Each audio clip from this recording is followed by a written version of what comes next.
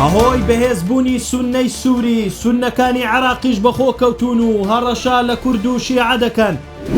پشتیوانی باشوور بۆ ڕۆژاوا دەگاتە لووتکە و داوای کردنەوەی دەرگا بۆ چوونی پێشمەرگە بۆ حەسەکە دەکرێت.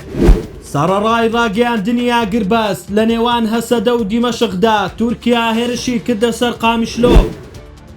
لەگەڵ بەرەو پێشچوونی هێزەکانی دیمەشق بە پشتیوانی وڵاتانی کەندا و تورکیا و ڕەزامەندی ئەمریکا سوننەکانی عێراقیش دەیانەوێت سوود لەو بارودۆخە بۆ بەهێزبوونی خۆیان لە عێراق وەرد بگرن. محەممەد حەلبووسی یەکێک لە سەرکردا سوننەکان کە لەلایەن وڵاتانی کەنداوەوە پشتیوانی دەکرێت و پارەیەکی زۆری بۆ خەرج دەکرێت. ئەمڕۆ وە کێرشکردنە سەر کوور ڕایگەیان ئەوەی پێی دەگوترێت هەسەدا بەرپرسن لە بەردانی ئەندامانی داعش لە سووریا. ئەمەش وەک شەرعیەتدانێک بە هێرشی گروپەکانی سەر بە دیمەشق بۆ کۆتایی هێنانی تەواوەتی بەهێزەکانی هەسەدا.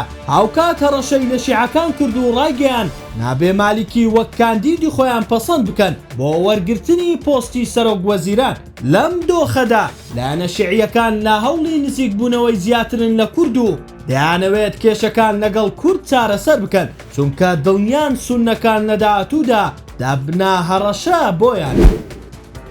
ڕۆژ لە دوای ڕۆژ لە ناوخۆی هەرێمی کوردستان پشتیوانیەکان بۆ ڕۆژاوای کوردستان زیاتر دەبێت و ڕۆژانە لە زۆرینەی شار و شارۆچکەکانی هەرێمی کوردستان خۆپیشاندانی پشتیوانی ئەنجام دەدرێت. هاوکات لە دوێنێەوە بەدەیان گەنج و چالاکوانی باشووری کوردستان خۆیان گەیاندۆتە ناوچەکانی ڕۆژاوای کوردستان و لەگەڵ شەروانان دەردەکەون.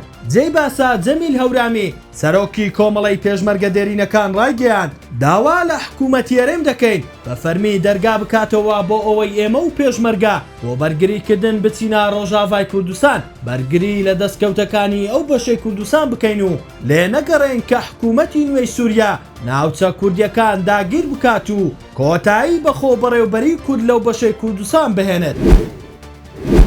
دوای ڕاگەیاندنی ئاگربەست تورکیا لە ڕێگەی فڕۆکە سەربازیەکانیەوە هێرشی کردە سەر قامیشلۆ و ناوچەیەکی ئاوەدانی بە ئامانجگرت. کامەران عوسمان ئەندامی تیمی کوردستانی عێراقی ڕێکخراوی CPT ئەمریکی ڕاگەیاند لە کات ژمێر 12:09 خولێکی دوێنێ شەو فڕۆکەی ئاکنجی تورکی گوندی عەوجەی سنووری قامیشلۆ و مەیدانێکی کراوەی تەنژ نەخۆشخانەی دڵ و چاوی قامیشلۆی لە ڕۆژاوای کوردستان بە ئامانج گرتووە.